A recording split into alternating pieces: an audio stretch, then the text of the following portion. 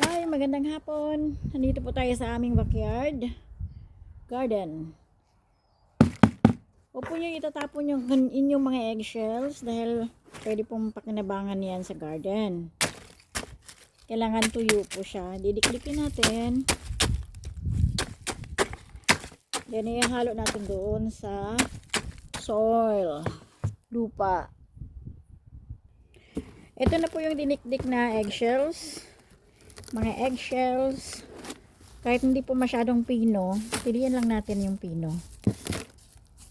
Huwag naman natin isali yung buo-buo. Medyo kasi nabasa sa ulan, kaya hindi ko siya madurog ng mabuti.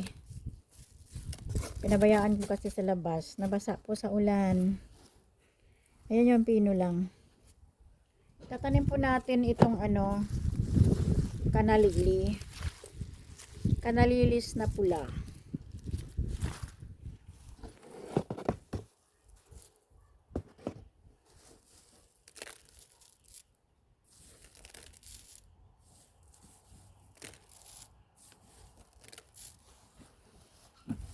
Yan muna, unti-unti.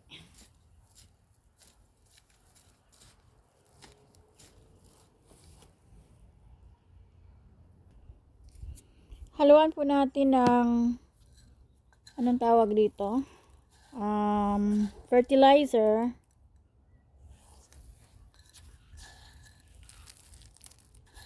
Halo natin sa ating mix.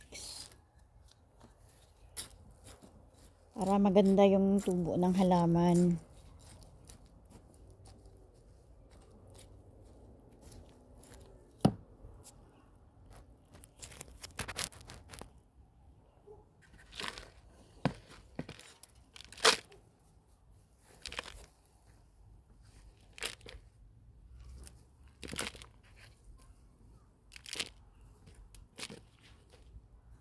Lagyan na naman ulit tayo ng fertilizer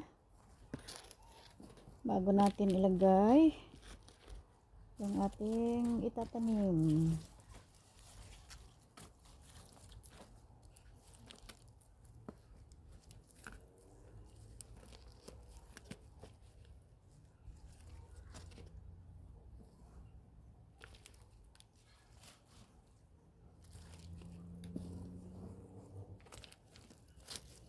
Itong potting mix po natin, may halo po itong coco peat.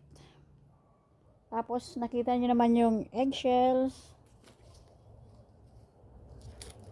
Then dayami po. Tsaka ipa ng palay.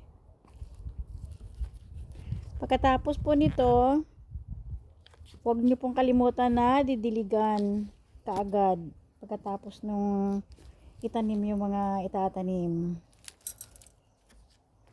Isa. Mayroon pang 3.